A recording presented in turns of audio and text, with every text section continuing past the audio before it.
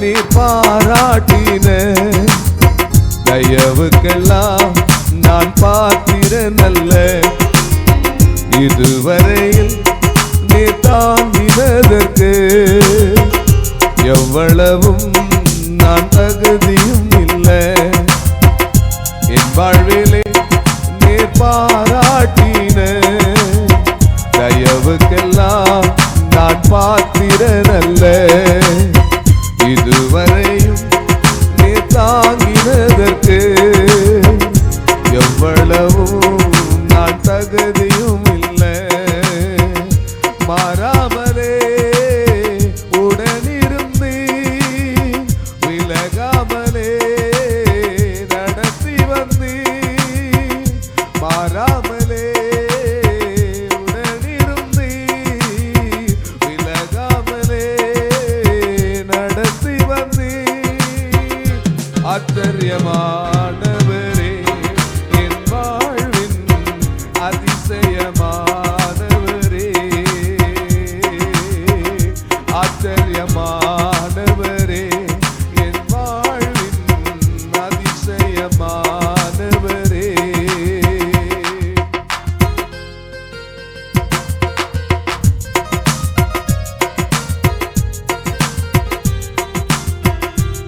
கரங்களை தட்டி பாடலாமே.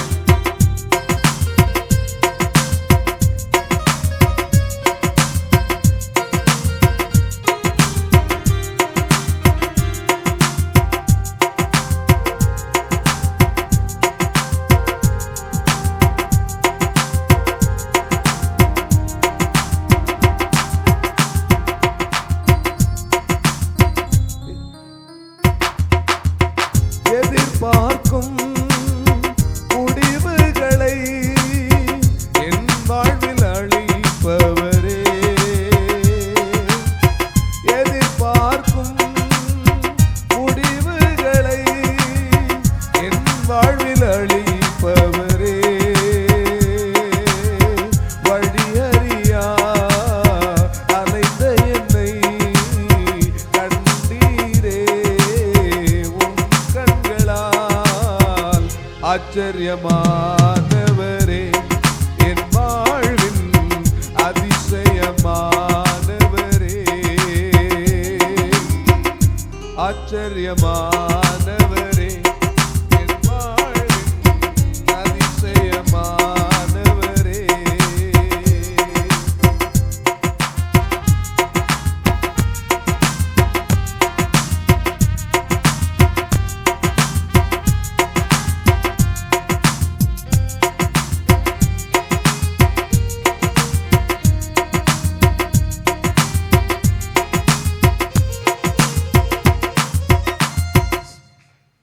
சறுக்களிலும் கண்ணீரிலும் விழுந்திட்ட என் நிலையை, சறுக்களிலும் கண்ணீரிலும் விழுந்திட்ட என் நிலையை,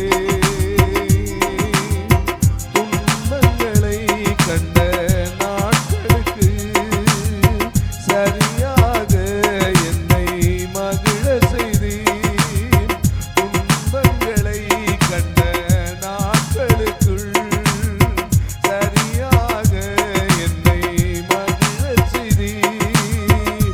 ஆச்சரியமானவரே என் வாழ்வில் அதிசயமானவரே,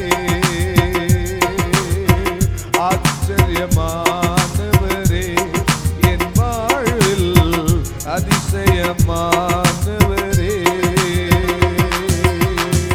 என் வாழ்விலே நீர் பாராட்டின தயவுக்கெல்லாம் நான் பாத்திரனல்ல. இதுவரையில் நீர் தாங்கினதற்கு எவ்வளவும் நான் தகுதியும் இல்லை.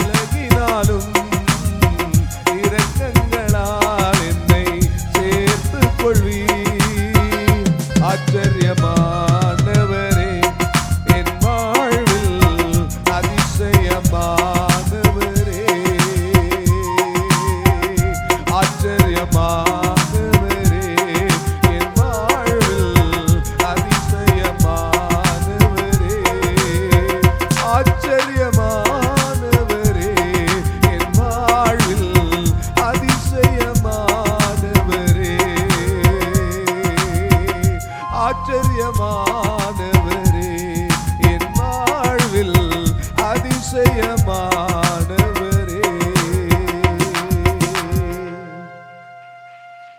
என் வாழ்விலே நீர் பாராட்டின தயவுக்கெல்லாம் நான் பாட்டினர் அல்ல.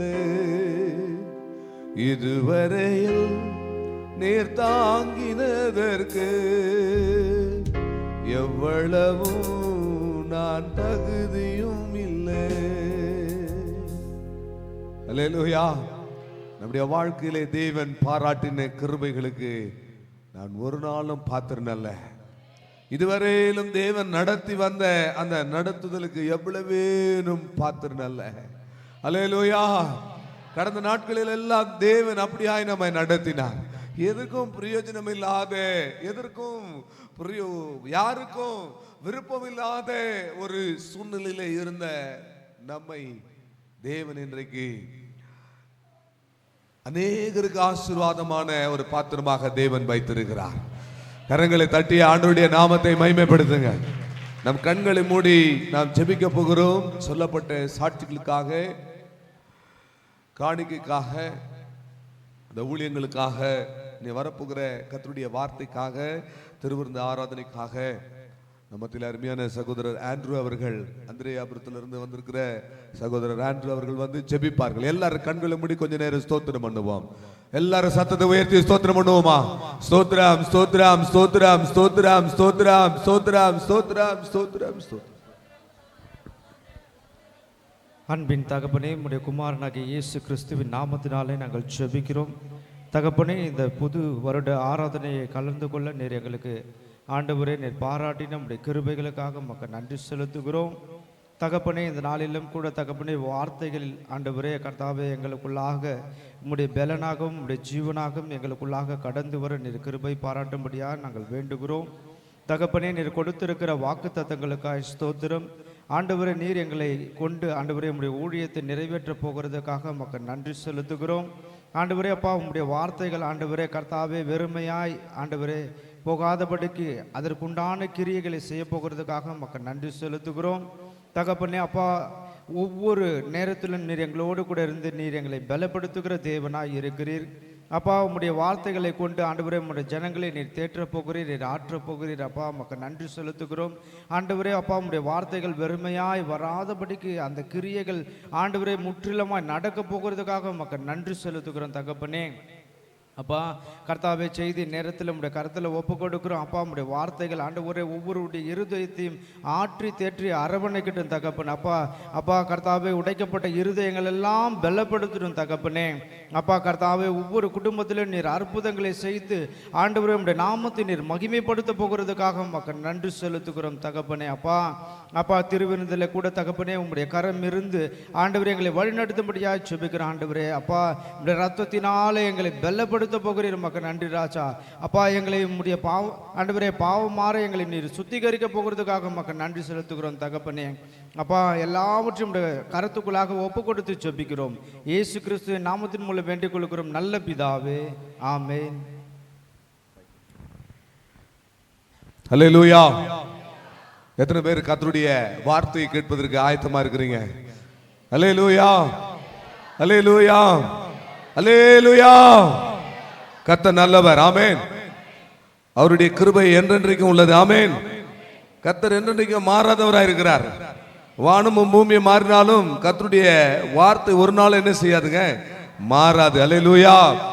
நாம இந்த வருஷத்தினுடைய வாக்குத்தத்த வசனத்துக்கு நேராக நம்முடைய சிந்தைகளை திருப்புவோம். அப்போஸ்தலருடைய நடவடிக்கைகள் 9ஆம் அதிகாரத்திலே 15வது வசனத்துக்கு நேராக நம்முடைய சிந்தைகளை நாம் திருப்புவோம். அதற்கு கர்த்தர், நீ போ, அவன் புறஜாதிகளுக்கும் ராஜாக்களுக்கும் இஸ்ரவேல் புத்திரருக்கும் என்னுடைய நாமத்தை அறிவிக்கிறதற்காக நான் தெரிந்து கொண்ட பாத்திரமாயிருக்கிறான். கர்த்தருடைய பரிசுத்த நாமத்திற்கு மகிமை உண்டாவதாக. அடுத்த வார்த்தையை பாருங்கள். என் நிமித்தமாக அவன் எவ்வளவாய் பாடுபட வேண்டும் என்பதையும் நான் அவனுக்கு அறிவித்திருக்கிறேன். ஒரு வாக்குத்தத்த வசனம் என்று சொல்லும் பொழுது இந்த நாட்கள்ல எல்லாரும் ஒரு அற்புதமான கர்த்தர் செய்ய போகிற நீ ஆசீர்வாதமாய் இருப்பாய், துக்கம் சந்தோஷமாய் மாறும், இதோ புதிய காரியத்தை செய்கிறேன் இல்லையா, நீங்கள் இப்பொழுது இருக்கிறதை பார்க்கலாம் 1000 மடங்கு ஆசீர்வதிக்கப்பட்டு, எனக்கும் அப்படிப்பட்ட வசனங்களை கொடுக்க வேண்டும் என்றுதான் ஆசை. ஆனால் ஆண்டவர் இந்த வருஷம் இந்த வார்த்தையை ஆண்டவர் எனக்கு கொடுத்து இதை தியானிக்கும்படியாய் தேவன் எனக்கு உணர்த்தினார். கர்த்தரே என்னை உணர்த்தினார். ஆகினால அருமையானவர்களே, இந்த வசனத்துக்கு நேராக நாம் சிந்தைகளை நாம் திருப்புவோம். இங்கே ஒரு மனிதனை கர்த்தர் தெரிந்து கொள்ளுகிறார். கர்த்தர் தெரிந்து கொண்டு தன்னுடைய நோக்கத்தை அவனை கொண்டு நிறைவேற்றுவதற்கு, தன்னுடைய சித்தத்தை அவனை கொண்டு நிறைவேற்றுவதற்கு தேவன் எத்தனித்து ஒரு மனிதனை சந்திக்கிறார். கர்த்தருக்கு ஸ்தோத்திரம். இன்னும் அவர் ஞானஸ்நானம் எடுக்கவில்லை, இன்னும் அந்த ரட்சிப்பின் அனுபவத்துக்குள்ளே அவர் வரவில்லை, இன்னும் அபிஷேகம் பெறவில்லை, இன்னும் சபை ஐக்கியத்துக்குள்ளே வரவில்லை. அப்பொழுதுதான் ஆண்டவர் அவரை சந்திக்கிறார். ஆண்டவர் அந்த மனிதனை சந்தித்த பிறகு அந்த மனிதன் ஆண்டவரிடத்தில் கேட்டது 2 கேள்விதான். ஆண்டவரே, நீர் யார்? ஆண்டவரே, நான் என்ன செய்ய சித்தமாயிருக்கிறேன். ஒரு மனிதனை தேவன் தெரிந்து கொள்ளும் பொழுது இந்த 2 கேள்விகளுக்கு தான், மற்ற எந்த கேள்விகளுக்கும் இடம் கிடையாது. ஆண்டவரே, நீர் யார்? நான் என்ன செய்ய? ஒவ்வொரு தேவனுடைய பிள்ளையும் ஆண்டவரிடத்துல கேட்கக்கூடிய ஒரு காரியம் இதுவாகத்தான் இருக்க வேண்டும். ஆண்டவரே, நான் என்ன செய்ய நீர் சித்தமாயிருக்கிறேன். ஆண்டவர் ஒரு மனிதனை தெரிந்து கொண்டு அவனை கொண்டு தான் செய்ய போகிற காரியத்தை, அவனை கொண்டு தான் செய்ய போகிற ஒவ்வொரு காரியத்தை தெளிவாக ஆண்டவர் விளக்குகிறார். அவனை ஒரு பாத்திரம் என்று சொல்லுகிறார். அல்லேலூயா. பைபிள்ல அநேக பாத்திரங்கள் உண்டு.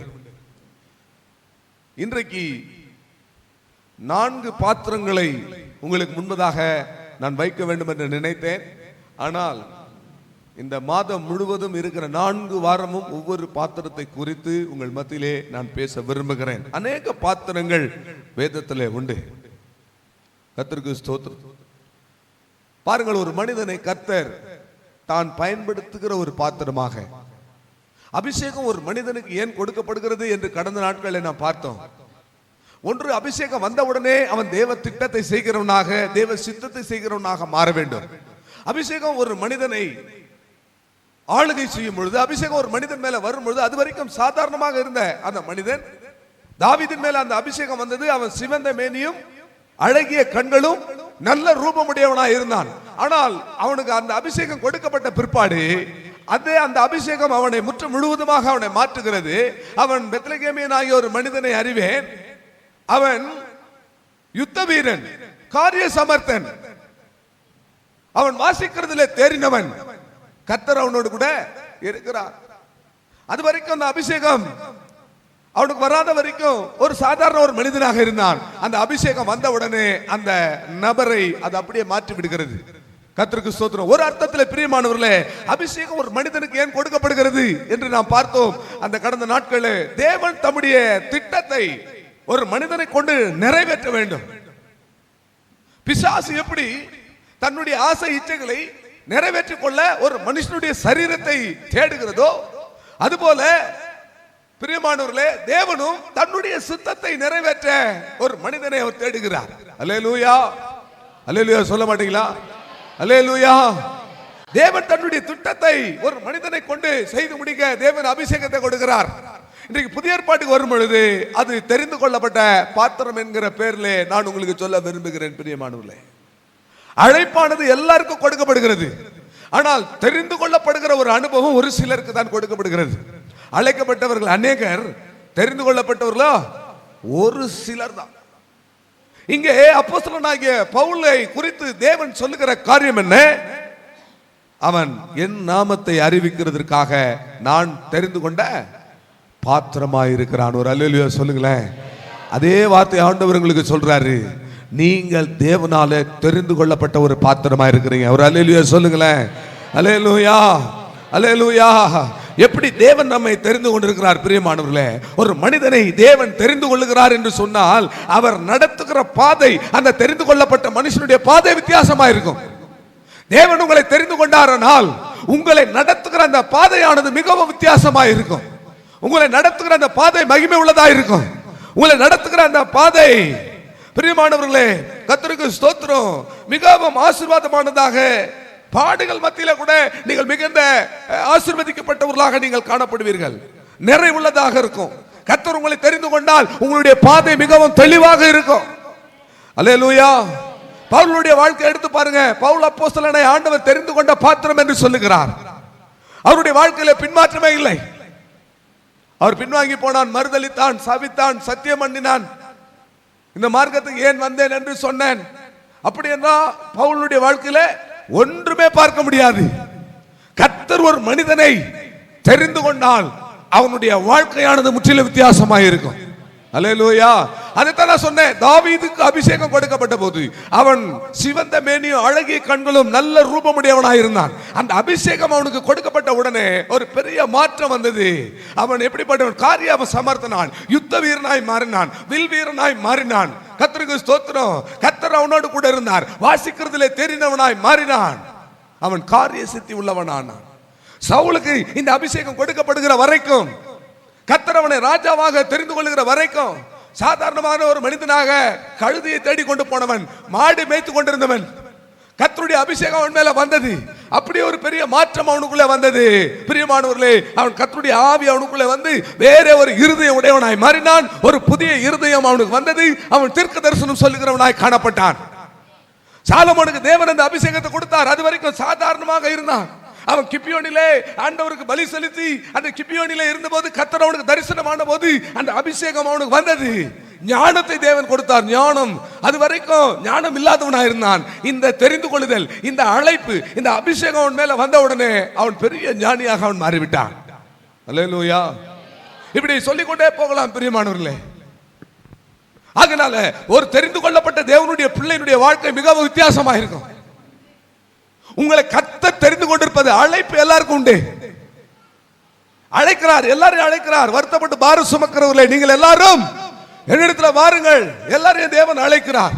ஆனால் அழைக்கப்பட்ட அந்த கூட்டத்திலே தேவன் ஒரு சிலரை தெரிந்து கொண்டு தம்முடைய திட்டத்தை, தம்முடைய சித்தத்தை, தம்முடைய மனதை தேவன் வெளிப்படுத்துகிறார். இன்றைக்கு இந்த 2026 ஜனவரி மாதம் 1ஆம் நாளிலே 1ஆம் தேதியிலே வந்திருக்கிற உங்களுக்கு நான் சொல்லுகிறேன், தேவ ஜனமே, கர்த்தர் உங்களை தெரிந்து கொண்டிருக்கிறார். ஏனென்றால் தம்முடைய மனதில் இருக்கிற திட்டத்தை தேவன் உங்களுக்கு சொல்லி அதை உங்களுக்கு வெளிப்படுத்தி தன்னுடைய மனதில் இருக்கிற திட்டத்தை உங்கள் கையில கொடுத்து உங்களை கொண்டு நிறைவேற்றும்படியாக தேவனால தெரிந்து கொள்ளப்பட்ட ஒரு பாத்திரமாக நீங்கள் இருக்கிறீர்கள். அல்லேலூயா, அல்லேலூயா.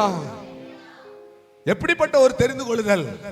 எபேசியர் 1ஆம் அதிகாரம் 3ஆம் 4ஆம் வசனம் சொல்லுகிறது, உலக தோற்றத்துக்கு முன்னே கிறிஸ்து இயேசுவுக்குள்ளே நம்மை தெரிந்து கொண்டிருக்கிறார் என்று. அந்த வசனத்தை வாசியுங்கள். எபேசியர் 1ஆம் அதிகாரம் 3ஆம் 4ஆம் வசனம்.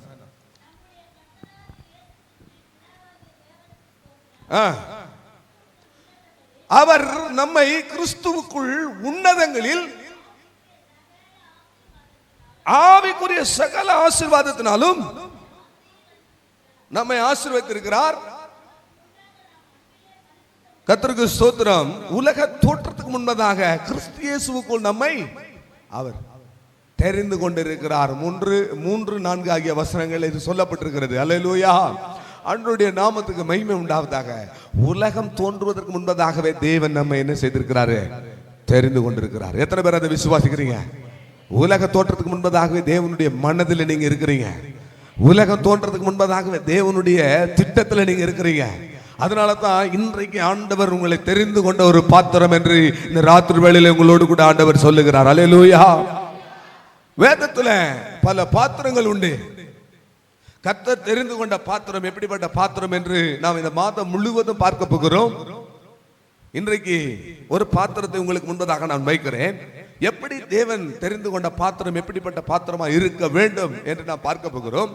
யோசுவாவின் புஸ்தகம் 6ஆம் அதிகாரத்தில் 19வது வசனத்துக்கு நேராக நம்முடைய சிந்தையை நாம் திருப்புவோம். யோசுவா 6ஆம் அதிகாரம் 19வது வசனம். கொஞ்சம் மைக்ல வாசிங்க.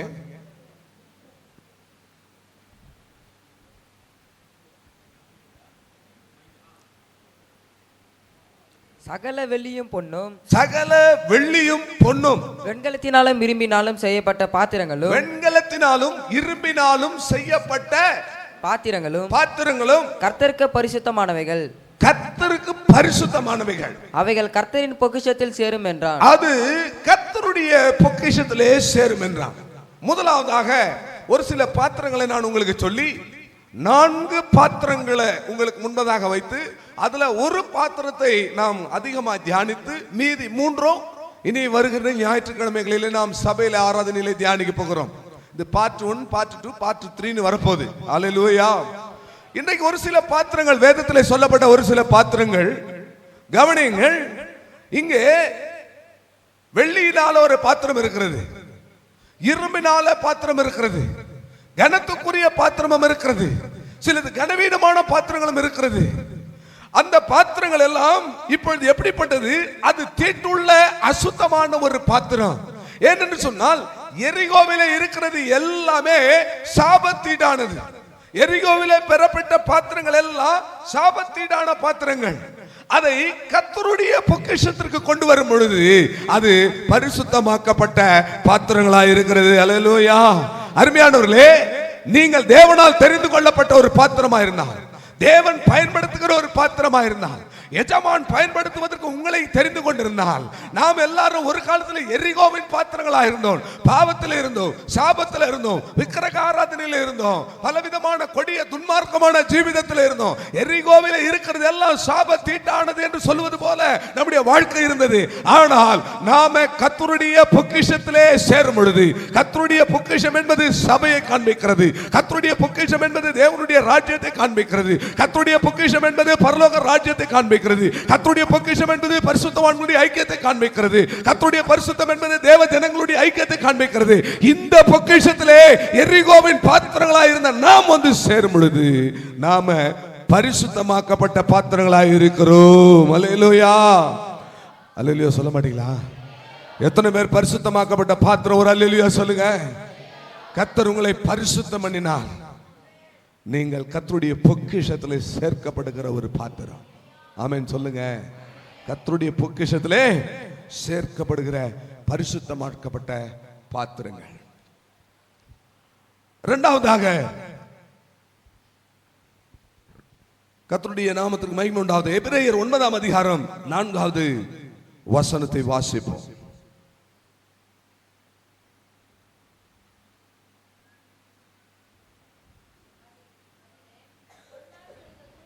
ஆகையால் தேவனுடைய ஜனங்களுக்கு இளைப்பாறுகிற காலம் இனி வருகிறதா. 9ஆம் அதிகாரம் 4வது வசனம். அதிலே பொன்னினால் செய்த தூப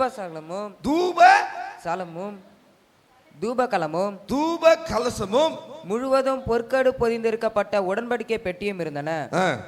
அந்த பெட்டியிலே மன்னா வைக்கப்பட்ட பொற்பாத்திரமும் பொற்பாத்திரமும் ஆரோனுடைய தளிர்த்த கோலும் உடன்படிக்கையின் கற்பலகைகளும் இருந்தன. கர்த்தருக்கு ஸ்தோத்திரம். இங்கே கர்த்தருடைய உடன்படிக்கை பெட்டியை நாம் பார்க்கிறோம். கர்த்தருடைய உடன்படிக்கை பெட்டிக்குள்ளே வைக்கப்பட்ட ஒரு பொற்பாத்திரம், ஒன்று பரிசுத்தமாக்கப்பட்ட பாத்திரம். எரிகோவிலே இருந்தது, சாபத்தீட்டா இருந்தது. கர்த்தர் தெரிந்து கொண்டா அது பரிசுத்தமாக்கப்பட்டு கர்த்தருடைய பொக்கிஷத்திலே சேருகிற ஒரு பாத்திரம், பரிசுத்தமாக்கப்பட்ட பாத்திரம். ஆண்டவர் இந்த வருஷம் உங்களை பார்த்து சொல்லியிருக்கிறார், நீங்கள் தேவனுடைய நாமத்தை அறிவிக்கிறதற்காக தெரிந்து கொள்ளப்பட்ட பரிசுத்தமாக்கப்பட்ட பாத்திரம். இரண்டாவதாக அருமையானவர்களே, இங்கே ஒரு உடன்படிக்கை பெட்டி இருக்கிறது.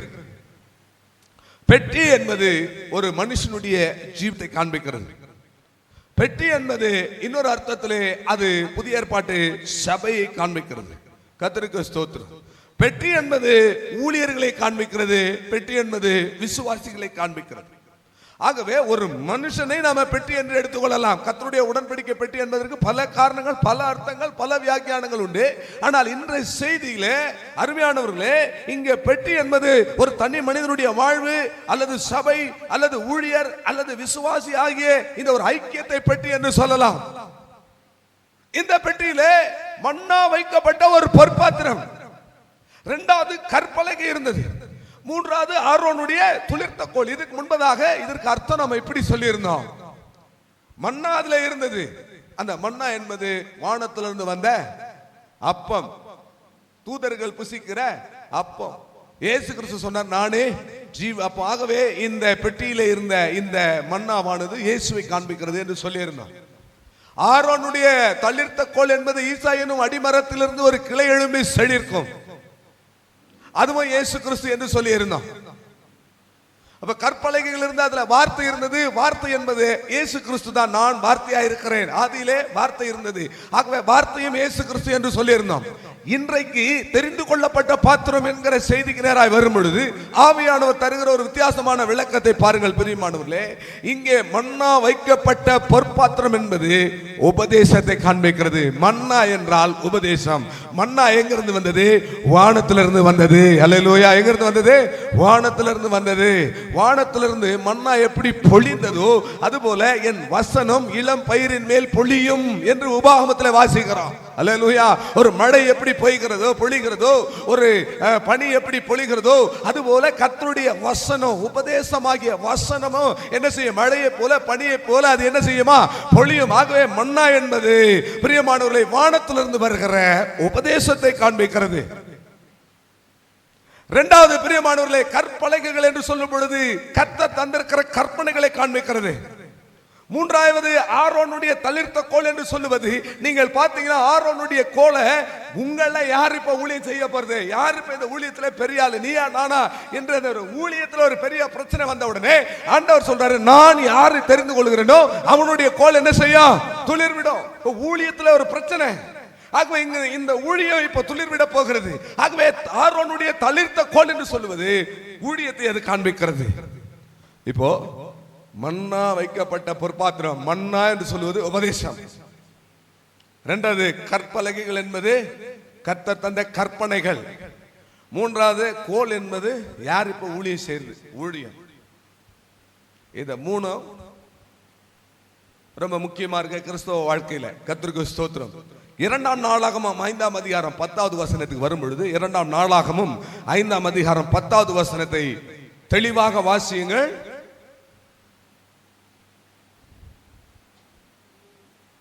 சவுலின் நாட்களில் ஆகரேரோடு அவர்கள் யுத்தம் பண்ணி தங்கள் கையால் அவர்கள் விழுந்த பின்பு அவர்கள் கூடாரங்களிலே கீலேயாத்தின் கீழ்ப்புறம் எல்லாம் குடியேறினார்கள்.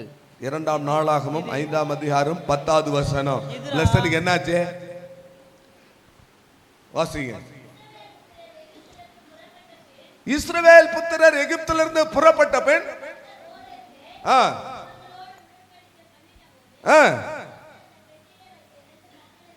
அந்த மோசே அந்த பெட்டியிலே வைத்த 2 கற்பலகைகளே அல்லாமல் அதுல வேறொன்றும் இல்லை. பெட்டியில 3 விஷயம் இருந்தது. இப்ப அந்த பெட்டியில என்ன இருக்குது? ஸ்தோத்திரம். அல்லேலூயா. அது எப்பவே சாலமோன் காலத்திலே போயிருச்சு. அங்க மன்னா வைக்கப்பட்ட பொற்பாத்திரம் இல்ல, ஆரோனுடைய துளிர்த்த கோல் இல்ல. நான் பெட்டின்னு சொன்னா சபைன்னு சொன்னேன், பெட்டின்னு சொன்னா தனி மனித வாழ்வுன்னு சொன்னேன். இன்றைக்கு அநேக கிறிஸ்தவர்களுடைய பெட்டி என்று சொல்லப்படுகிற சபை, பெட்டி என்று சொல்லப்படுகிற ஊழியத்துல கர்த்தருடைய உபதேசம் இல்லை. அல்லேலூயா. கர்த்தர் அழைத்த அழைப்பு என்கிற ஊழியம் இல்லை, கர்த்தர் தெரிந்து கொள்ளப்பட்ட ஊழியம் இல்லை. வெறும் கற்பனைகளை வச்சு ஊழியம் இன்னைக்கு என்ன செய்து ஓடிட்டு இருக்கு. அல்லேலூயா. ஆண்டவருடைய நாமத்துக்கு மகிமை உண்டாவதாக. பிரியமானவர்களே, ஒரு விசுவாசி மன்னா வைக்கப்பட்ட பொற்பாத்திரமாக காணப்பட வேண்டும். முதல்ல எரிகோவில் இருந்த பாத்திரம் பரிசுத்தமாக்கப்பட்ட பாத்திரம் கர்த்தருடைய பொக்கிஷத்தில் போய் சேரும். நீங்களும் நானும் பரிசுத்தமாக்கப்பட்ட பாத்திரமா இருந்தால் கர்த்தருடைய பொக்கிஷத்தில் போய் சேருவோம். இரண்டாவது, இந்த பொற்பாத்திரத்தில் என்ன இருக்கணும்? ஒரு விசுவாசி சரியான ஒரு உபதேசம் என்கிற மன்னாவை வைத்துக் கொள்ளுகிற பொற்பாத்திரமாய் காணப்பட வேண்டும். அல்லேலூயா, அல்லேலூயா. எப்பொழுது இந்த மன்னா கிடைக்கும்? அதிகாலையில தான் இந்த மன்னா என்ன செய்யும்? கிடைக்கும்.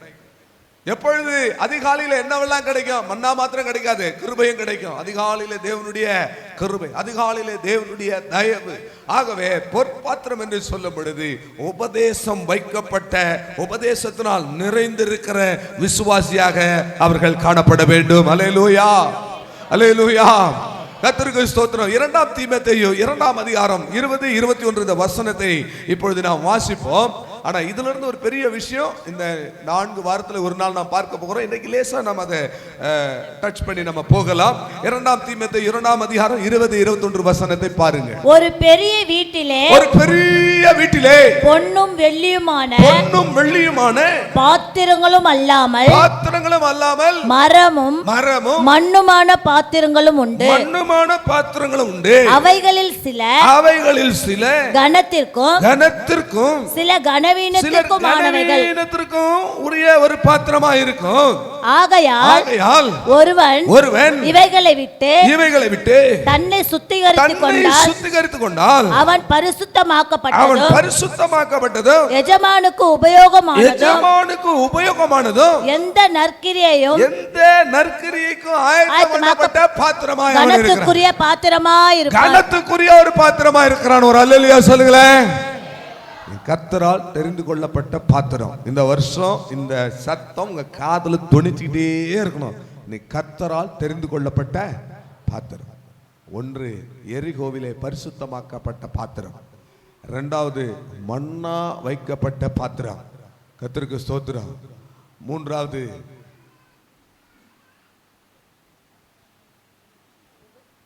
தெய்வ நாமத்துக்கு மகிமை உண்டாவதாக. 3 இங்கே கனத்துக்குரிய ஒரு பாத்திரம். அல்லேலூயா. நீங்கள் இந்த வருஷம் கர்த்தரால் தெரிந்து கொள்ளப்பட்ட பாத்திரம் என்றால் எப்படிப்பட்ட பாத்திரம்? எல்லாரும் சொல்லுங்க. கனத்துக்குரிய பாத்திரம். பக்கத்துல கைப்பிடிச்சு சொல்லுங்க. கனத்துக்குரிய பாத்திரம். Honourable vessel.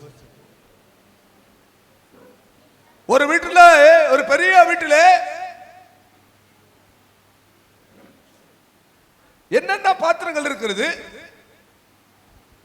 பொன்னினால் ஆன பாத்திரம் இருக்கிறது, வெள்ளியினால் ஆன பாத்திரம் இருக்கிறது, இரும்பினால் ஆன பாத்திரம் இருக்கிறது, மண்ணினால் ஆன பாத்திரமும் இருக்கிறது, மரத்தினால் ஆன பாத்திரமும் இருக்கிறது. இன்றைக்கு ராத்திரியிலே கர்த்தர் பேசுகிறார். அருமையான சகோதரனே, ஆண்டவரோடு கூட பேசுகிறார். கனத்துக்குரிய பாத்திரமாக நீ இருக்கலாம், கனவீனத்துக்குரிய பாத்திரமாக இருக்கலாம். ஒரு வீட்டில் இருக்கிற பாத்திரங்களை எடுத்துக்கொள்ளுங்க. வெள்ளியில ஒரு பாத்திரம் இருக்கிறது. ஆனா ராஜா வெள்ளியை பயன்படுத்துறாரா? இப்போ தங்கத்துல பாத்திரம் இருக்கிறது. யார் அதை இப்போது பயன்படுத்துகிறார்கள்? இப்ப வெள்ளியில இருக்கிற பாத்திரமும் தங்கத்தினாலான பாத்திரமும் பொன்னினாலான பாத்திரமும் கனத்துக்குரிய பாத்திரமா இருக்கிறது.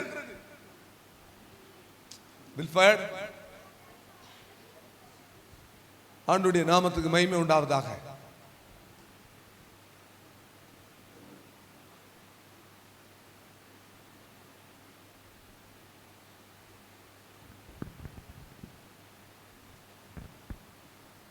எப்படிப்பட்ட பாத்திரமா இருந்தாலும் எஜமான் பயன்படுத்துகிற பாத்திரமா இருந்தால் அது கனத்துக்குரிய ஒரு பாத்திரமா இருக்கும். அல்லேலூயா. நீங்க பொண்ணா இருந்தாலும் எஜமான் உங்களை என்ன செய்யணும்? பயன்படுத்தணும். அல்லேலூயா. நீங்க பிளாஸ்டிக்ல ஒரு மக்கா இருந்தாலும் எஜமான் பயன்படுத்தணும். அல்லேலூயா. நீங்க வெள்ளியா இருந்தாலும் சரி, நீ மண்ணினால இருந்தாலும் சரி, எப்படிப்பட்ட பாத்திரம் கனத்துக்குரியதா இருக்கும்? எஜமான் பயன்படுத்துகிற பாத்திரம் தான் கனத்துக்குரியதா இருக்கும். அல்லேலூயா. ஆகவே நீங்கள் கர்த்தருடைய பொக்கிஷத்திலே நீங்கள் சேர வேண்டுமானால் பரிசுத்தமாக்கப்பட்ட பாத்திரமாக இருக்க வேண்டும். நீங்கள் பொற்பாத்திரமாக இருக்க வேண்டுமானால் உபதேசம் என்கிற மன்னா வைக்கப்பட்ட பாத்திரமாக இருக்க வேண்டும். கர்த்தரால் தெரிந்து கொள்ளப்பட்டவர்கள் பொற்பாத்திரங்கள், உபதேசம் என்கிற மன்னா வைக்கப்பட்ட பாத்திரமாக இருப்பார்கள். இப்பொழுது பிரியமானவர்களே, இங்கே கனத்துக்குரிய பாத்திரம் என்று சொன்னால் எஜமான் பயன்படுத்தும் பொழுது நீங்க பொன்னா இருந்தாலும் வெள்ளியா இருந்தாலும் பிளாஸ்டிக்கா இருந்தாலும் தகரமா இருந்தாலும் கனத்துக்குரிய பாத்திரமா இருந்தாலும் கனவீனமான பாத்திரமா இருந்தாலும் மதிப்பிற்குரிய பாத்திரமா இருந்தாலும் மதிப்பில்லாத பாத்திரமா இருந்தாலும் உங்களுக்கு கனம் எப்பொழுது தெரியுமா? எஜமான் பயன்படுத்துகிற ஒரு பாத்திரமாய் எஜமான் உங்களை பயன்படுத்தணும். அல்லேலூயா, அல்லேலூயா. எஜமான் யாரை பயன்படுத்துவாரு? ஒன்றுக்கும் பிரயோஜனம் இல்லாததை எஜமான் பயன்படுத்துவார். அல்லேலூயா, அல்லேலூயா. எஜமான் எப்போ பயன்படுத்துவாரு? எதுக்கும் உபயோகமற்ற ஒரு பொருளை தான் பயன்படுத்துவாரு. கர்த்தருடைய பரிசுத்த நாமத்துக்கு மகிமை உண்டாவதாக. அந்த பாத்திரம் எப்படி இருக்கணும்னா தன்னை சுத்திகரித்து கொண்ட பாத்திரமாய் இருக்க வேண்டும். அல்லேலூயா. எஜமான் பயன்படுத்தணும். எந்த பாத்திரமா இருந்தாலும் அவர் பயன்படுத்துவாரு. அவரு தங்கத்தை தான் பயன்படுத்துவார், வெள்ளியை தான் பயன்படுத்துவார், அப்படி கிடையாதுங்க. அவருக்கு தேவை அது எந்த பாத்திரமா இருந்தாலும் அவர் பயன்படுத்துவாரு. ஆனா அவர் பயன்படுத்தணும்னா ஒரே ஒரு கண்டிஷன், அது சுத்திகரிக்கப்பட்ட ஒரு பாத்திரமாக இருக்க வேண்டும். இந்த ஆராதனை வேளையில கர்த்தர் யாருக்காவது தரிசனம் கொடுத்தாரா? யாரோட ஆண்டவர் பேசினாரா? யாருக்காவது கர்த்தருடைய வசனம் கிடைச்சதா? ஆண்டவர் உங்களோட பேசினார். அந்த ஆராதனை வேளையில எல்லாரும் எழுந்து நின்று ஆராதனை பண்ணோம். அந்த ஆராதனை வேளையில வாக்குத்தத்தம் கொடுத்தோம். யாராவது ஒருத்தரோட கர்த்தர் பேசினாரா? யாராவது ஒருவருக்கு தேவ சத்தம் கேட்டுச்சா? யாராவது ஒரு சொப்பனம் கிடைச்சதா? யாராவது ஒருத்தர் தரிசனம் கிடைச்சதா? கர்த்தர் யார் மூலியமாவது தன்னுடைய சித்தத்தை வெளிப்படுத்த வேண்டும் என்று விரும்பி யாரோட வந்தாரா? எந்த பாத்திரம் சுத்திகரிக்கப்பட்டிருக்கிறதோ அந்த பாத்திரம் கர்த்தராலே பயன்படுத்தப்படும். அல்லேலூயா. நான் இருக்கணும்னு சொல்லி இருந்தேன்.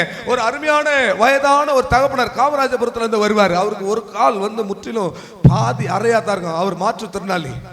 அவர் சைக்கிள்ல வருவார். அங்க இருந்து டிபி காலனியில் இருக்கும் போது அவர் வரும்போது அழுது கொண்டே வருவார்.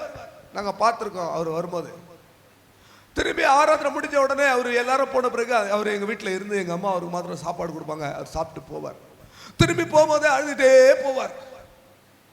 நான் அவர்கிட்ட கேட்டேன். அவர் பார்க்கும் போது அவர் மாற்றுத்திறனாளி, படிப்பறிவு இல்லாதவர், நல்ல ஒரு ரூபம் இல்லாதவர், எந்த ஒரு குவாலிபிகேஷன் இல்லாத ஒரு நபர்.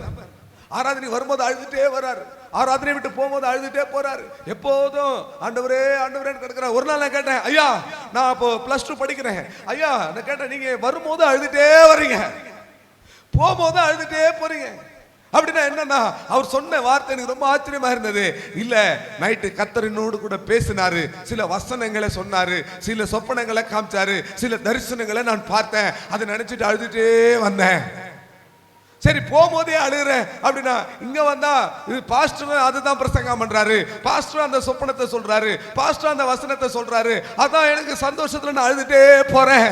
இந்த மறக்கவே முடியாது பிரியமானவர்களே. கத்து எத்தனை பேருக்கு என்னுடைய சகோதரி இங்க வந்திருக்கிறாங்க. நான் சொல்றேன் அந்த தாத்தா ஒரு ஞாபகம் இருக்கா இல்லையான்னு எனக்கு தெரியல. ஆனா பாருங்க, எந்த பாத்திரமா இருந்தாலும் சரி, நீங்க படித்து பட்டம் பெற்ற கனத்துக்குரிய பொன்னினாலான பாத்திரமா இருக்கலாம், ஒண்ணுமே இல்லாத, படிப்பும் இல்லாத, ஒன்றும் இல்லாத, ஒரு ஞானமும் இல்லாத, ஒரு பாத்ரூம்ல டாய்லெட்ல ஒரு பக்கெட்ல இருக்கிற ஜக்கா கூட நீங்க இருக்கலாம். எந்த பாத்திரம் இருந்தது பிரச்சனை இல்லை. நீ பொண்ணா இருக்கலாம், நீ வெள்ளியா இருக்கலாம், நீ தகரமா இருக்கலாம், நீ மரமா இருக்கலாம், மண்ணா இருக்கலாம். ஆனா நீ சுத்திகரித்து கொண்டால், எஜமான் உன்னை பயன்படுத்தினால் நீ கனத்துக்குரிய பாத்திரமாய் மாறுவாய். இந்த வருஷத்திலே ஆண்டவர் உங்களை தெரிந்து கொண்ட பாத்திரம் என்று சொல்லுகிறார். நீங்கள் தேவனுடைய கரத்திலே கனத்துக்குரிய பாத்திரங்களாய் மாறுவீர்கள். எத்தனை பேர் விசுவாசிக்கிறீங்க? கரங்களை உயர்த்தி ஒரு அல்லேலூயா சொல்லும். அல்லேலூயா. சுத்திகரித்தால் எஜமானுக்கு உபயோகமான பாத்திரமாய் நீங்கள் மாறுவீர்கள். அடுத்ததாக எல்லாருக்கும் தெரிந்த ஒரு வசனத்தை நான் சொல்லுகிறேன். 23ஆம் சங்கீதத்தினுடைய 5வது வசனம்.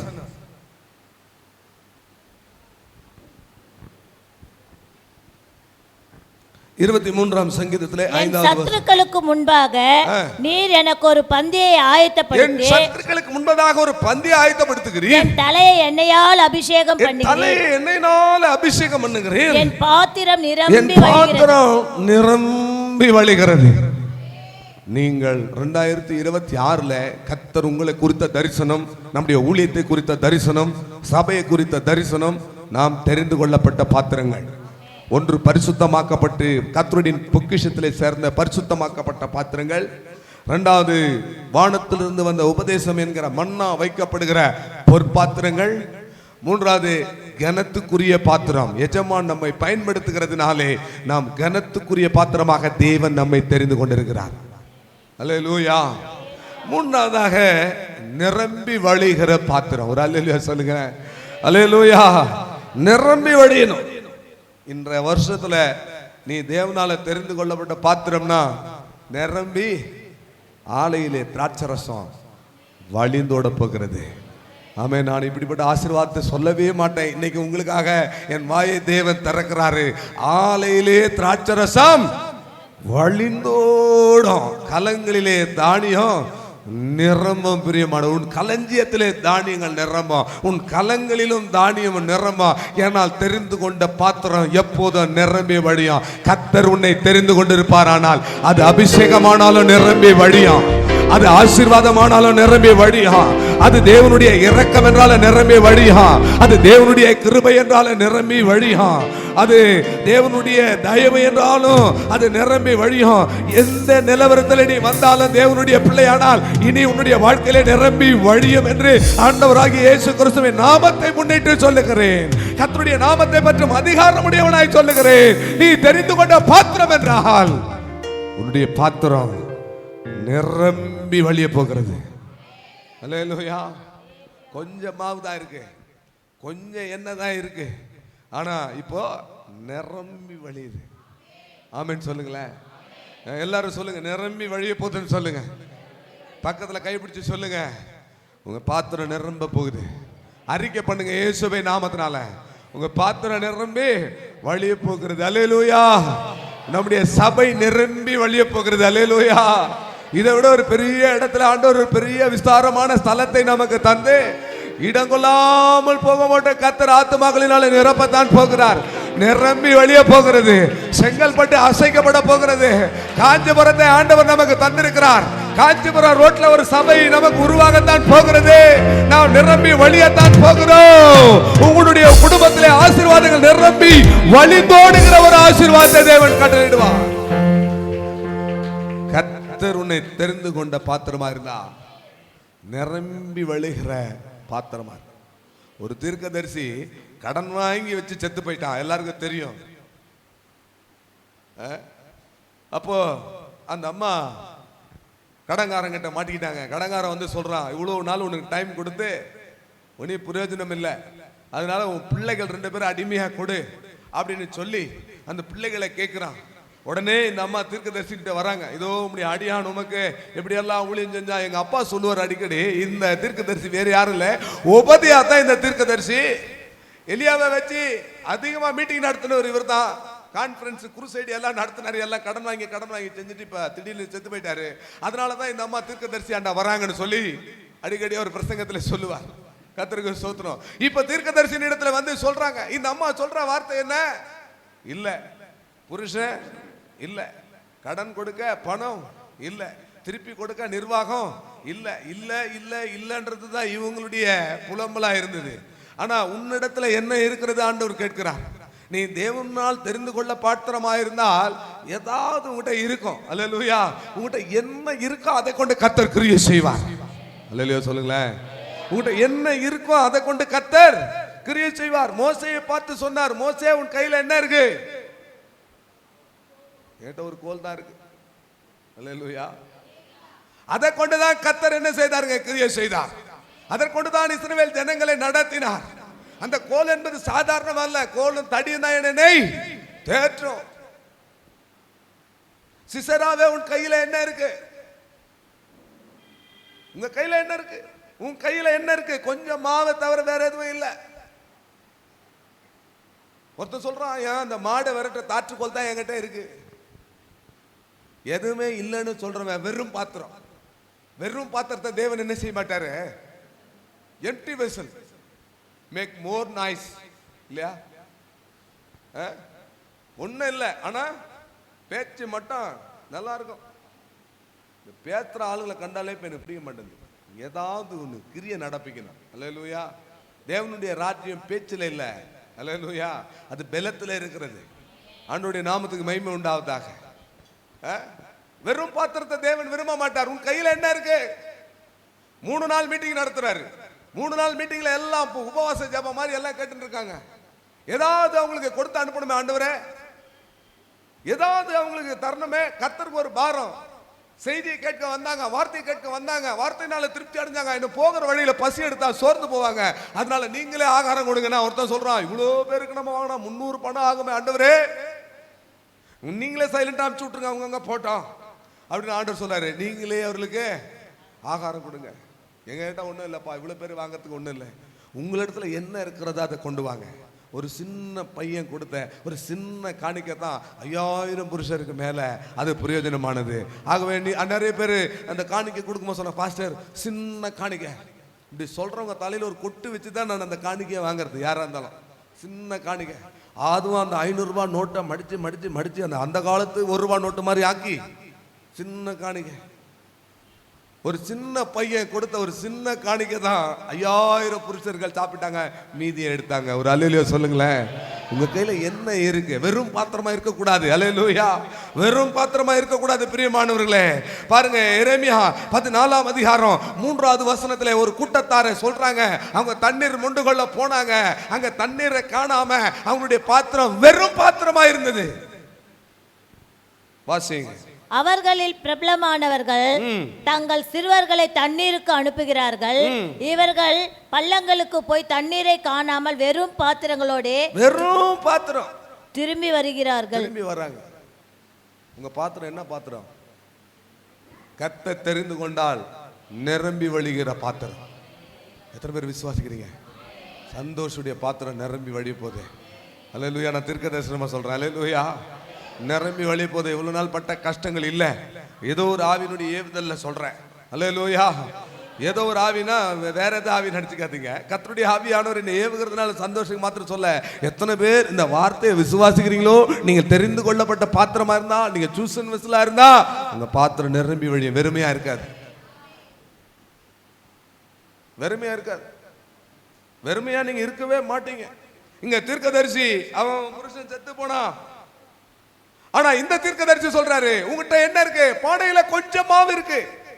அதனால இவர் என்ன சொல்றாரு, நீ உன் அயலகத்தார் இடத்துல வெறும் பாத்திரத்தை வாங்கு. இன்னும் நிறைய வெறும் பாத்திரம் இருக்கு, நிறைய வெறும் பாத்திரங்கள் இருக்கு.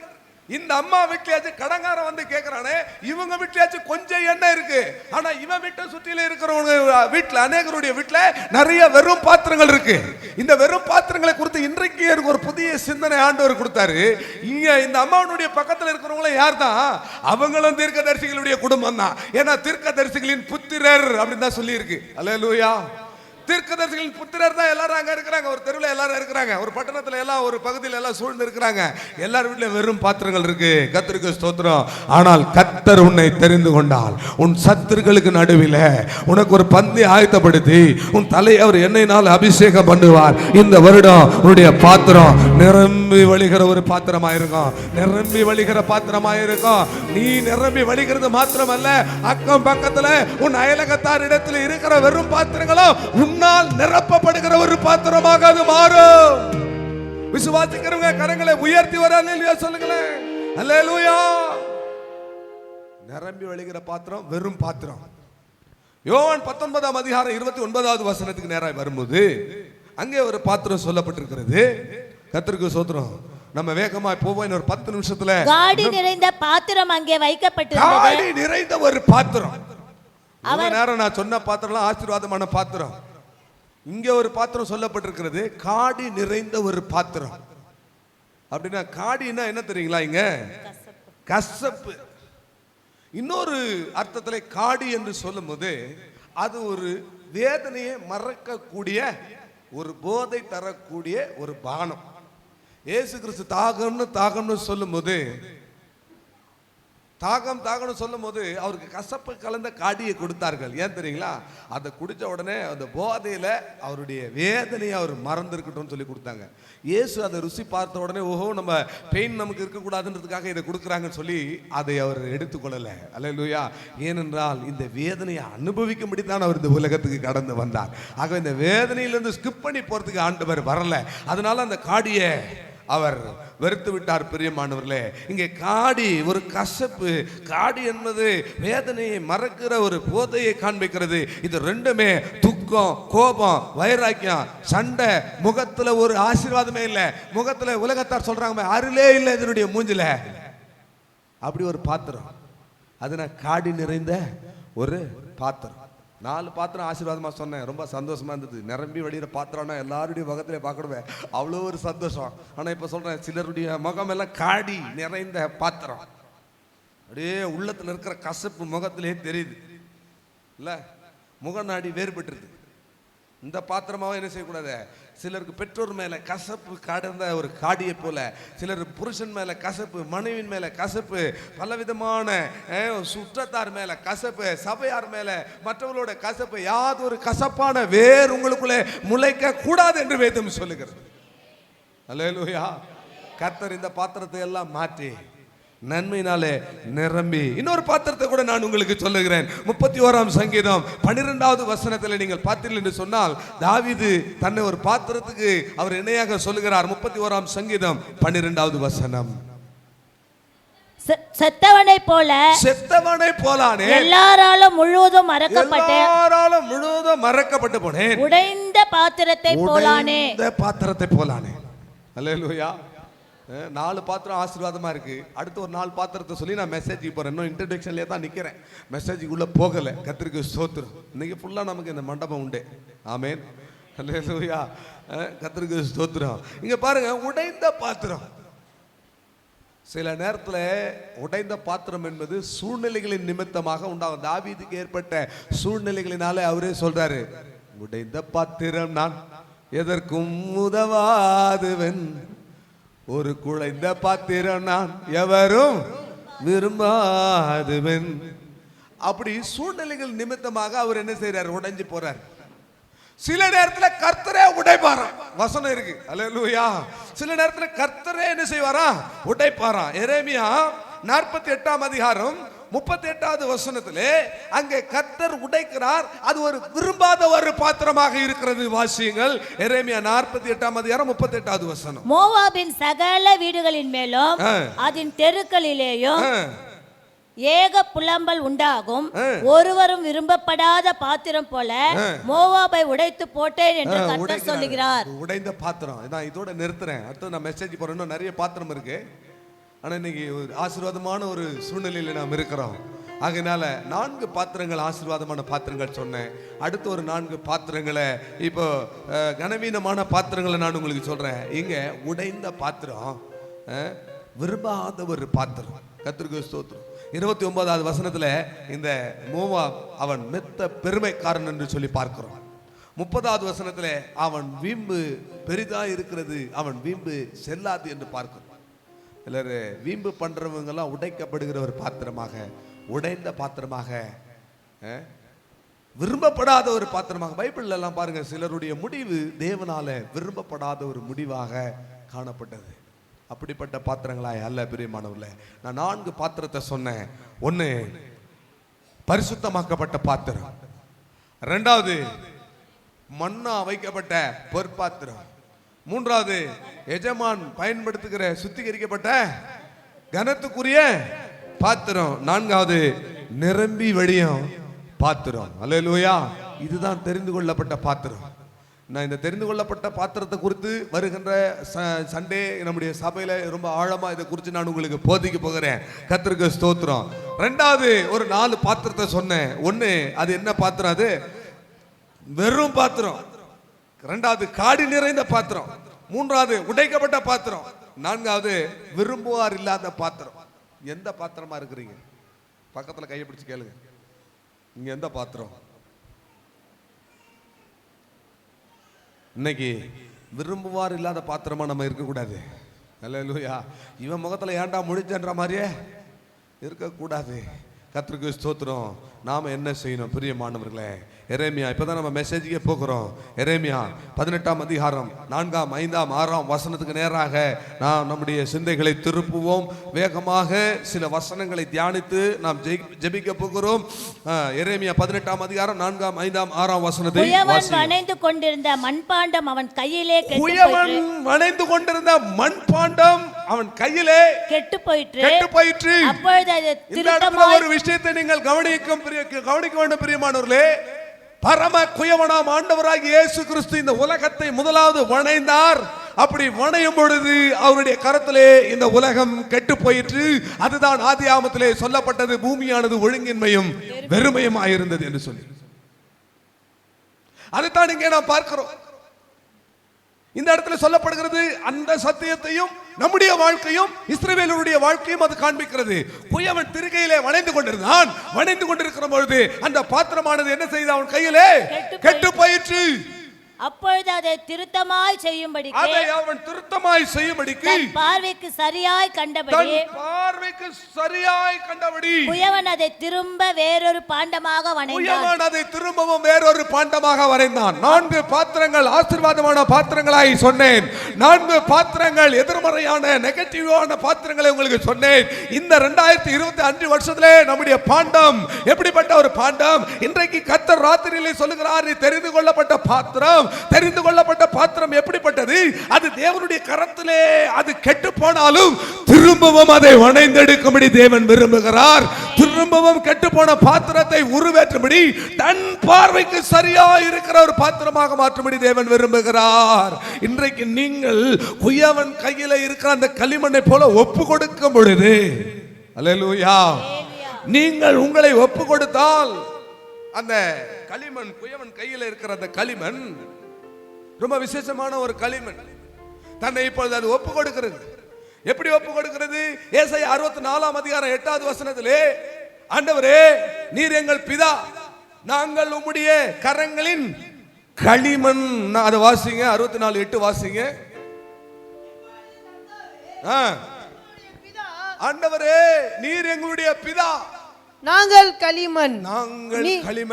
நீர் எங்களை உருவாக்குகிறவர். கர்த்தருக்கு ஸ்தோத்திரம். நாங்கள் அனைவரும் உமது கரத்தின் கிரியை. போதும். ஒரு இடத்துல கர்த்தருக்கு ஸ்தோத்திரம்.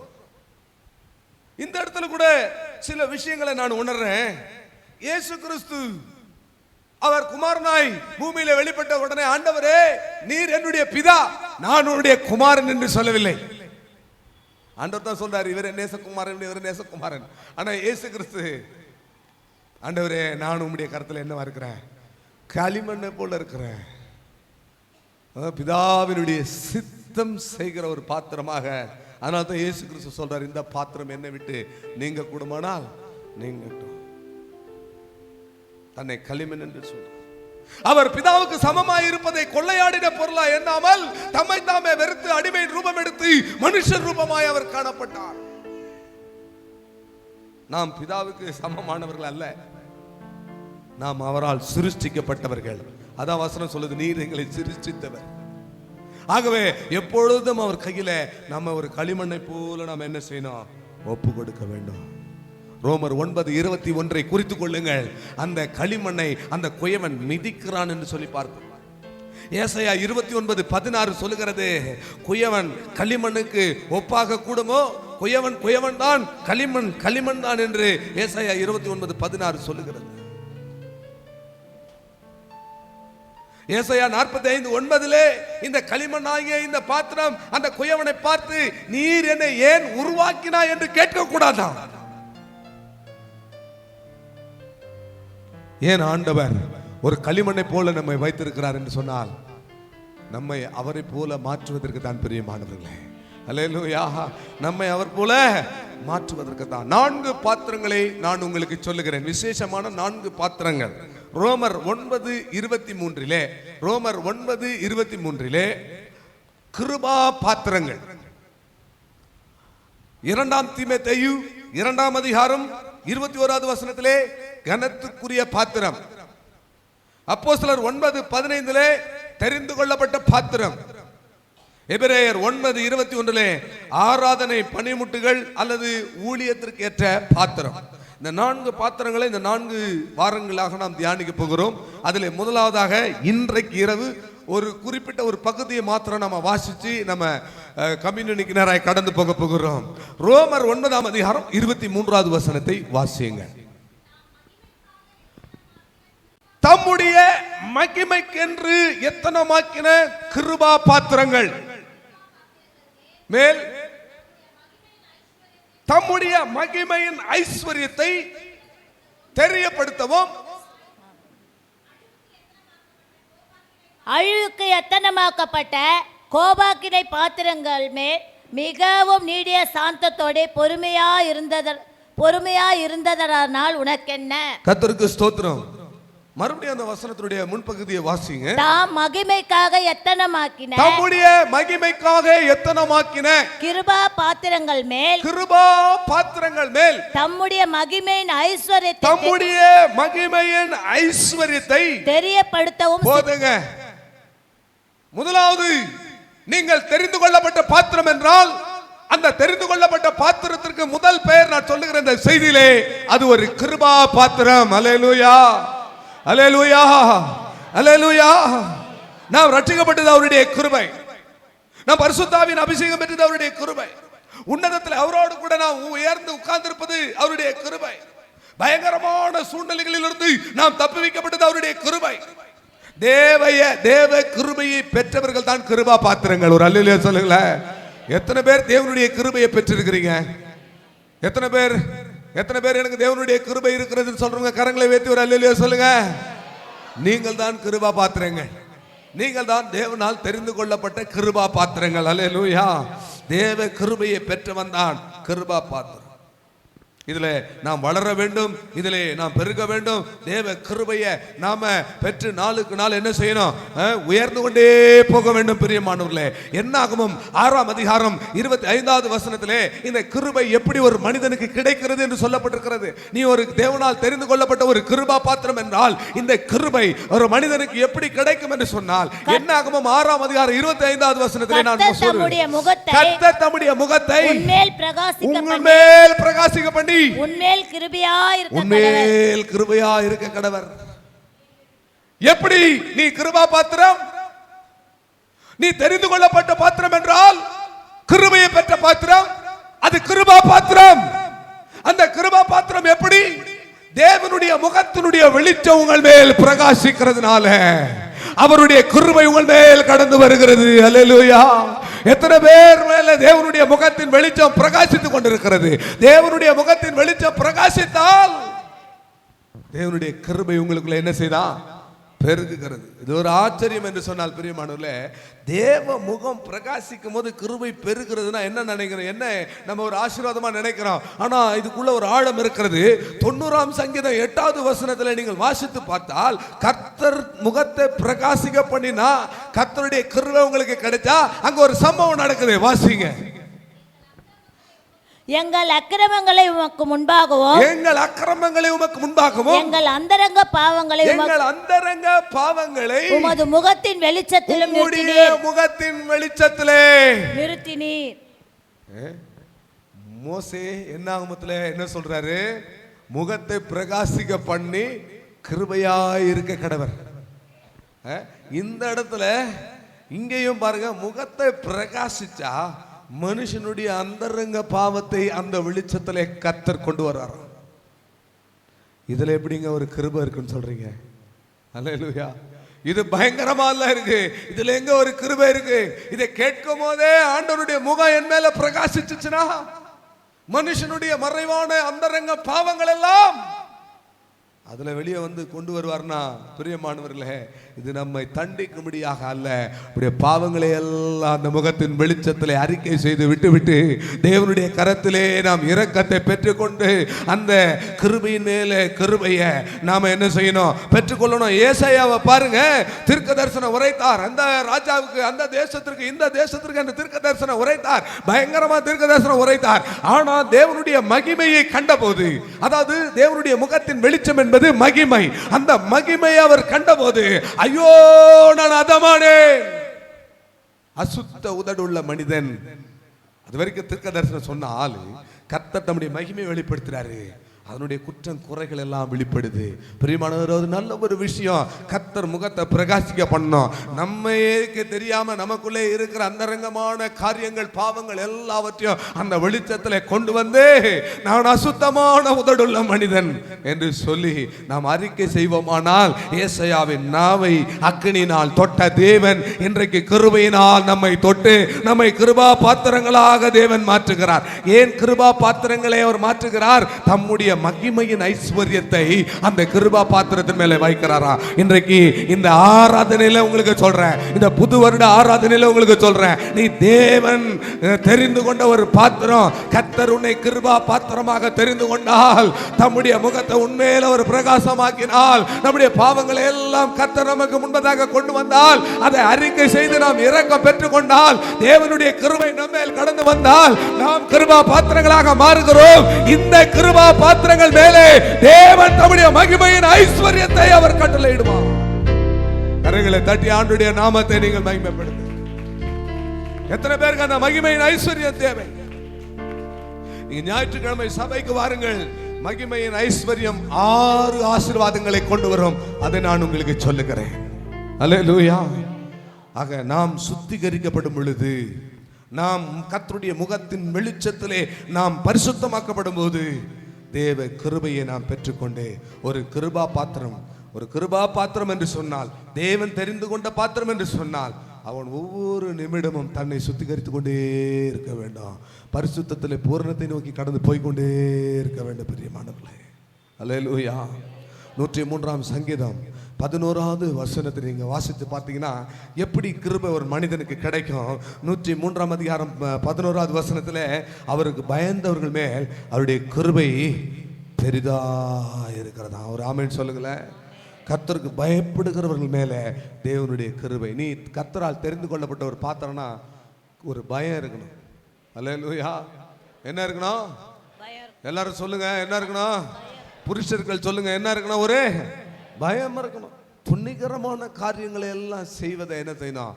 இந்த வருஷத்துல இந்த முதல் நாள்லயே அறிக்கை செஞ்சே விட்டுறணும். ஒரு பயம் இருக்கணும். வாலிப பிள்ளைகளுக்கு என்ன இருக்கணும்? பயம் இருக்கணும். பாஸ்டர் பிள்ளைங்களுக்கு ஒரு பயம் இருக்கணும். எல்லாம் நமக்குள்ள போராடும். நல்ல எல்லா விஷயமும் நமக்குள்ள போராடுங்க. நாம அதை ஜெயிச்சு மேற்கொண்டு வரணும்னா ஒரு தெய்வ பயம் நமக்கு இருக்கணும். தெய்வ பயம் நமக்குள்ள இருக்குமானால் தேவனுடைய கிருபை நம்ம மேல என்ன செய்யும்? பெருகி கொண்டே இருக்கும். நீதிமொழிகள் 8ஆம் அதிகாரம் 13வது வசனத்திலே, தீமையை வெறுப்பதுதான் கர்த்தருக்கு பயப்படுகிற பயம். தீமையை நாம் வெறுக்கணும் பிரியமானவர்களே. அதுதான் கிருபையிலே பெருகுகிற ஒரு அனுபவம். நீதிமொழிகள் 16ஆம் அதிகாரம் 6வது வசனத்திலே, கர்த்தருக்கு பயப்படுகிற பயம் அதுதான் தீமையை விட்டு விலகுகிற ஒரு அனுபவம். யோசேப்பை இந்த இடத்துல நீங்கள் நினைத்துக் கொள்ள வேண்டும். கர்த்தருக்கு ஸ்தோத்திரம். யோசேப்பு தேவனுக்கு பயந்தான். தான் சகோதரர்களை 3 நாள் சிறை வைத்த பிறகு அவன இடத்துல போய் சொல்றான், நான் தேவனுக்கு பயந்ததுனால நான் உங்களுக்கு சொல்றேன் என்று சில நன்மைகளை அவன் செய்தான். பிரியமானவர்களே, அல்லேலூயா. ஆகவே கர்த்தருக்கு பயந்தவர்கள் மேல கிருபை பெருகும். அடுத்ததாக பாருங்க பிரியமானவர்களே, 2 கொரிந்தியர் 12ஆம் அதிகாரம் 8ஆம் 9வது வசனம் எல்லாருக்கும் தெரியும். ஒரு தன் சரீரத்தில் ஏற்பட்ட பலவீனத்தின் நிமித்தமாக பவுல் அப்போஸ்தலன் ஆண்டவரிடத்திலே ஜெபம் பண்ணும் பொழுது ஆண்டவர் சொல்றாரு, உன்னுடைய பலவீனத்திலே என்னுடைய பலன் பூர்ணமாய் விளங்கும், ஏனென்றால் என் கிருபை உனக்கு போதும். ஊக்கமான ஜெபம் தேவனுடைய கிருபையை கொண்டு வருகிறது பிரியமானவர்களே. அல்லேலூயா, அல்லேலூயா. எப்படி நீங்க கிருபா பாத்திரமா மாறணும்? தேவன் தெரிந்து கொண்ட பாத்திரம் கிருபா பாத்திரமா மாறணும்னா எப்படி மாற முடியும்? ஒன்னு, கர்த்தருடைய முகத்தின் வெளிச்சம் பிரகாசிக்கணும். 2வது, அவருக்கு பயப்படணும். 3வது, தீமையை வெறுக்கணும். இங்க பாருங்க, அந்த பலவீனத்துல ஊக்கமான ஜெபம் கிருபையை கொண்டு வருகிறது. ஒரு ஆமென் சொல்லுங்களேன். இந்த நாட்களில் நம்முடைய சபையார் ஊக்கமாய் ஜெபிக்க ஆரம்பித்ததுனால நம்ம எல்லாரும் கிருபா பாத்திரங்களாய் மாறிக்கொண்டிருக்கிறோம். ஒவ்வொரு நாளும் அனுதினமும் அதிகாலை ஜெபம், அனுதினமும் மாலையிலே வாலிபர்கள் ஜெபம், அனுதினமும் பிரியமானவர்களே அதிகாலையிலே ஜெபிக்கிறோம். மற்ற ஜெப குழுக்களோடு சேர்ந்து நாம் ஜெபிக்கிறோம். ஜெபிக்கும்படி தூண்டுகிறோம். அது மாத்திரமல்ல, செவ்வாய்க்கிழமை தோறும் பெண்கள் ஐக்கிய ஜெபம், இந்த வருஷத்துல புதன்கிழமை அல்லது வியாழக்கிழமையில ஆண்கள் புருஷர்கள் ஐக்கிய ஜெபம், இந்த பல அமாவாசையிலே விடுதலை ஜெபம், ஜெபம் ஜெபம் ஜெபம் என்று ஊக்கமாய் ஜெபித்துக் கொண்டிருக்கிறோம். அந்த ஊக்கமான ஜெபம் தான் நமக்கு தேவனிடத்திலிருந்து கிருபையை கொண்டு வந்து நம்மை தெரிந்து கொள்ளப்பட்ட கிருபா பாத்திரங்களாக நம்மை மாற்றி இருக்கிறது. பிரியமானவர்களே, அல்லேலூயா அல்லேலூயா அல்லேலூயா. கர்த்தருக்கு ஸ்தோத்திரம். பிரியமானவர்களே, சகலவித கிருபையை தேவன் அவர் பெருக செய்ய வல்லவராயிருக்கிறார். இன்னொரு காரியத்தை கூட நான் உங்களுக்கு சொல்லுகிறேன். 2 கொரிந்தியர் 9 அதிகாரம் 7, 8 வசனத்தை வாசியுங்கள். நாம கிருபையை பெருகணும், கிருபா பாத்திரங்களாய் மாறணும்னா 2 கொரிந்தியர் 9 அதிகாரம் 7, 8 வசனம். அவனவன் விசனமாயும் அல்ல, அவனவன் விசனமாயும் அல்ல, கட்டாயமாயும் அல்ல, கட்டாயமாயும் அல்ல, தன் மனதில் நியமித்தபடியே தன் கொடுக்க கடவன், மனதில் நியமித்தபடியே கொடுக்க கடவன், கொடுக்க கடவன், உற்சாகமாய் கொடுக்கிறவனிடத்தில் தேவன் பிரியமாய் பிரியமாயிருக்கிறார். மேலும் நீங்கள் எல்லாவற்றிலும் எப்பொழுதும் சம்பூர்ணமுடையவர்களாயும் சகலவித நற்கிரியைகளிலும் பெருகுகிறவர்களாயும் இருக்கும்படியாக தேவன் உங்களிடத்தில் சகலவித கிருபையும் பெருக செய்ய வல்லவராய் சொல்ல மாட்டீங்களா? அல்லேலூயா. கிருபா பாத்திரங்கள், கிருபை இப்பொழுது எப்படி பெருகுதான்? ஜெனி அவர்களே, கிருபை எப்படி பெருகுதான்? எப்படி பெருகுது? பிரின்சி அவர்களே, எப்படி? உற்சாகமாய் கொடுக்கும் பொழுது கிருபை என்ன செய்து பெருகு. எங்களுக்கெல்லாம் கிருபை பெருகி இருக்கிறதுக்கு காரணம் என்ன தெரியுங்களா? மிகுந்த தரித்திரத்துல, கொடிய தரித்திரத்துல உதாரத்துவமாய் கொடுத்ததுனால கிருபை பெருகி இருக்கிறது. ஒரு அல்லேலூயா சொல்லுங்களேன். அல்லேலூயா. நீ தேவனால் தெரிந்து கொள்ளப்பட்ட, இன்னும் ஒரே பாத்திரத்தில் தான் முடிக்கிறேன், இன்னும் 4 பாத்திரங்கள் எவ்ரி சண்டே இந்த மந்த் ஃபுல்லா. நீ தேவனால் தெரிந்து கொள்ளப்பட்ட கிருபா பாத்திரமானால் உண்மையிலே மகிமையின் ஐஸ்வர்யம். அந்த மகிமையின் ஐஸ்வர்யம் என்னன்றது சண்டே மெசேஜ். ஆனா இன்னைக்கு அந்த கிருபையின் பாத்திரமா நீ மாறணும்னா இத்தனை காரியங்களை செய்யணும். கர்த்தருக்காக உற்சாகமா என்ன செய்யணும்? கொடுக்கணும். மக்கதோனியா சபையார் மிகுந்த தரித்திரத்துல உதாரத்துவமா கொடுத்தார்கள். அல்லேலூயா. நீங்க அப்படி செஞ்சுதான் பாருங்களேன் பிரியமானவர்களே. கர்த்தர் உங்கள் மேல மகிமையின் ஐஸ்வர்யத்தை, கிருபையின் ஐஸ்வர்யத்தை உங்கள் மேல பெருக பண்ண வல்லவராய் அவர் இருக்கிறார். அல்லேலூயா. சகலவித கிருபையும் அவர் என்ன செய்யறாரா? பெருக பண்ணுகிறார். அதனால நான் கண்டுபிடிச்ச ஒரு சந்தோஷத்துக்கு நான் கண்டுபிடிச்ச 2 உண்மையை சொல்றேன். ஒண்ணு, மற்றவர்களுக்கு கொடுக்கிறதுல ஒரு சந்தோஷம் இருக்கிறது. ஆமென் சொல்ல மாட்டீங்களா? அல்லேலூயா. 2வது பிரியமானவர்களே, தாழ்மையாய் ஜீவிப்பதில் ஒரு சந்தோஷம் இருக்கிறது. அல்லேலூயா. மற்றவங்களுக்கு கொடுக்கறதுல ஒரு பெரிய சந்தோஷம். இந்த வருஷம் நான் ஜெபம் பண்ண, ஆண்டவரே எப்படியாகிலும் ஆண்டவரே ஜனங்களுக்கு நல்லா கொடுத்து உம்முடைய சுவிசேஷத்தை அறிவிக்கிற ஆண்டவரே என்று சொல்லி ஜெபம் பண்ண. ஒரு இடத்துல பிரசங்கம் பண்ண போன இடத்துல அந்த இடத்துல இருந்த ஒரு சகோதரி சொன்னாங்க, பாஸ்டர் உங்களுக்கு 47 புடவை நான் உங்களுக்கு தரேன் அப்படின்னாங்க. அவர் அல்லேலூயா சொல்லுங்களேன். அல்லேலூயா. இன்னொரு சகோதரி அப்படியா சொன்னாங்க. அந்த சகோதரி அவங்க இங்கே ஒரு மகாபலிபுரத்தில் நடந்த ஒரு சம்பவம். இங்க செங்கல்பட்டுல ஒரு சகோதரி சொன்னாங்க, பாஸ்டர் இந்த கிராமத்தில் இருக்கிற 30 தாய்மார்களுக்கு ஒரு சிறப்பான ஒரு ஆடையும் அதோடு கூட ஒரு 5 கிலோ அரிசி நான் கொடுக்குறேன் அப்படி சொல்லி அவங்க கொடுத்தாங்க. இதை பார்த்த இன்னொருத்தங்க, நானும் கொடுக்குறேன். ஏனென்றால் உற்சாகமாய் கொடுக்கிற விதத்துல கர்த்தர் பிரியமாய் இருப்பது மாத்திரமல்ல, அவர்களிடத்துல சகலவித கிருபையை பெருக செய்ய வல்லவராயிருக்கிறார். அல்லேலூயா அல்லேலூயா. எப்படி நீங்க இருக்கிறதுல எடுத்து நீங்க கொடுத்தீங்கன்னா அதனுடைய ஆறுதலை அடைந்து தீட்டுவீர்கள். அல்லேலூயா. அவர் சொல்லார், உங்களுடைய ஐஸ்வர்யத்தினுடைய பரிபூர்ணத்திலிருந்து நீங்க எடுத்து கொடுத்ததுனால இந்த பூமியிலே உங்களுடைய ஆறுதலை நீங்கள் அடைஞ்சிடுவீங்க. ஆனா கொடிய தரித்திரத்திலிருந்து எடுத்து கொடுக்கும் பொழுது கர்த்தர் சகலவித கிருபையை உங்களிலே பெருக செய்ய வல்லவராய் அவர் இருக்கிறார். அல்லேலூயா. நீங்கள் கிருபா பாத்திரமாக நீங்கள் மாறிவிடுவீர்கள். கர்த்தருக்கு ஸ்தோத்திரம். அது மாத்திரமல்ல, தாழ்மை உள்ளவனுக்கு கர்த்தர் என்ன செய்யறாரா? கிருபை அளிக்கிறார்.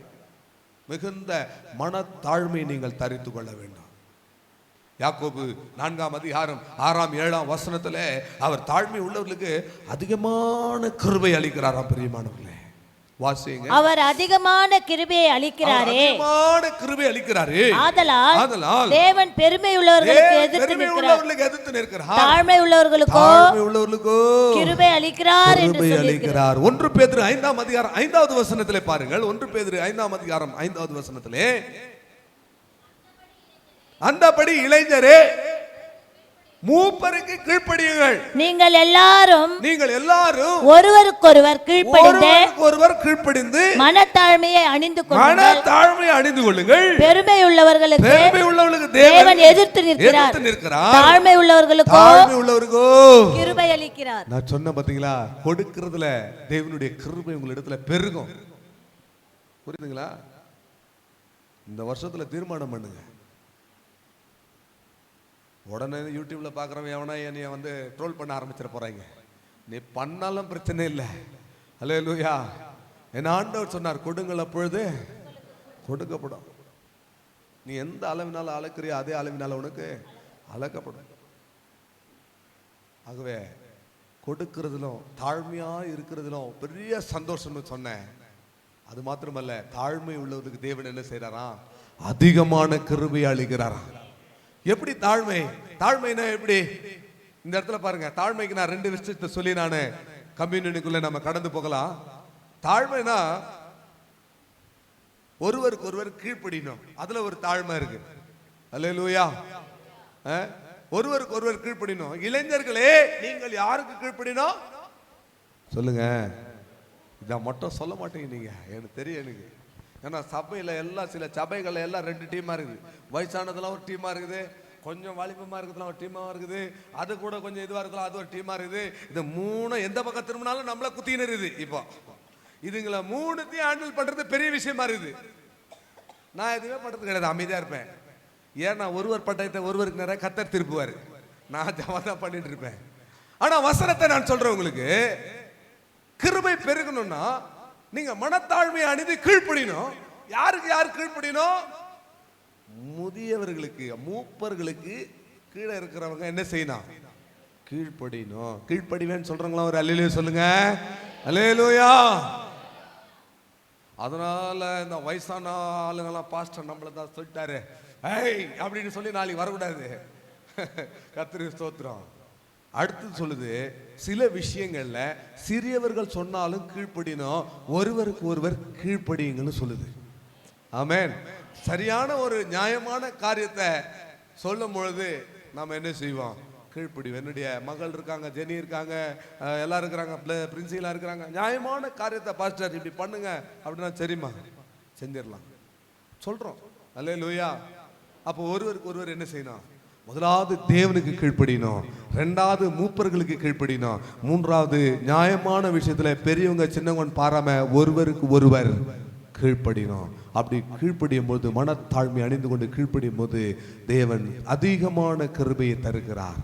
தெரிந்து கொள்ளப்பட்ட கிருபா பாத்திரமாய் மாறுகிறோம். அப்படி தெரிந்து கொள்ளப்பட்ட கிருபா பாத்திரமாய் மாறும் பொழுது தேவன் தம்முடைய மகிமையின் ஐஸ்வர்யத்தை நம் மேலே வைக்கிறார். அல்லேலூயா, அல்லேலூயா, அல்லேலூயா. தேவன் யாரை தெரிந்து கொண்ட ஒரு பாத்திரமாய் வைத்திருக்கிறாரோ அந்த பாத்திரத்தை கிருபா பாத்திரமாய் மாற்றுகிறார். அதாவது கிருபை நிறைந்த பாத்திரமாய் மாற்றுகிறார். அந்த கிருபை நிறைந்த பாத்திரத்தின் மேலே தேவன் தம்முடைய மகிமையின் ஐஸ்வர்யத்தை வைக்கிறார். 6 விஷயங்கள் மகிமையின் ஐஸ்வர்யம் இருக்கிறது. ஒன்றை மாத்திரம் வசனத்தை காண்பித்து நாம் ஜெபிக்க போகிறோம். கொலோசியர் 1ஆம் அதிகாரம் 27வது வசனம். புறஜாதிகளுக்குள்ளே விளங்கிய இந்த ரகசியத்தில் உள்ள மகிமையின் ஐஸ்வர்யம் இன்னதென்று, புறஜாதிகளுக்குள்ளே விளங்கிய இந்த ரகசியம், அதாவது அந்த மகிமையின் ஐஸ்வர்யம் கிருபா பாத்திரத்தின் மேல் கர்த்தர் வைப்பேன் என்று சொன்னாரே, அந்த மகிமையின் ஐஸ்வர்யத்தினுடைய ரகசியம் என்ன? தேவன் தம்முடைய பரிசுத்தவான்களுக்கு தெரியப்படுத்த சித்தமானார். கிறிஸ்துவானவர் மகிமையின் நம்பிக்கையாக உங்களுக்குள் இருப்பதே அந்த ரகசியம். கரங்களை தட்டி ஆண்டவருடைய நாமத்தை மகிமைப்படுத்த மாட்டீங்களா? கரங்களை தட்டி ஆண்டவருடைய நாமத்தை மகிமைப்படுத்த மாட்டீங்களா? தேவன் தெரிந்து கொண்ட பாத்திரத்தை ஒரு கிருபா பாத்திரமாக மாற்றுகிறார். அந்த கிருபா பாத்திரத்தின் மேலே மகிமையின் ஐஸ்வர்யத்தை வைக்கிறார். அந்த மகிமையின் ஐஸ்வர்யம் என்ன தெரியுமா? கிறிஸ்துவானவர் மகிமையின் நம்பிக்கையாக உங்களுக்குள்ளே வாசம் பண்ணுவதுதான் அந்த மகிமையின் ஐஸ்வர்யம். கரங்களை தட்டி எல்லாரும் தேவனை மகிமைப்படுத்துங்க. எல்லாரும் எழும்பி நின்று கண்களை மூடுவோம். எல்லாரும் எழும்பி நின்று கண்களை மூடுவோம். ஹல்லேலூயா, ஹல்லேலூயா. இந்த வேளையிலே ஹல்லேலூயா எல்லாரும்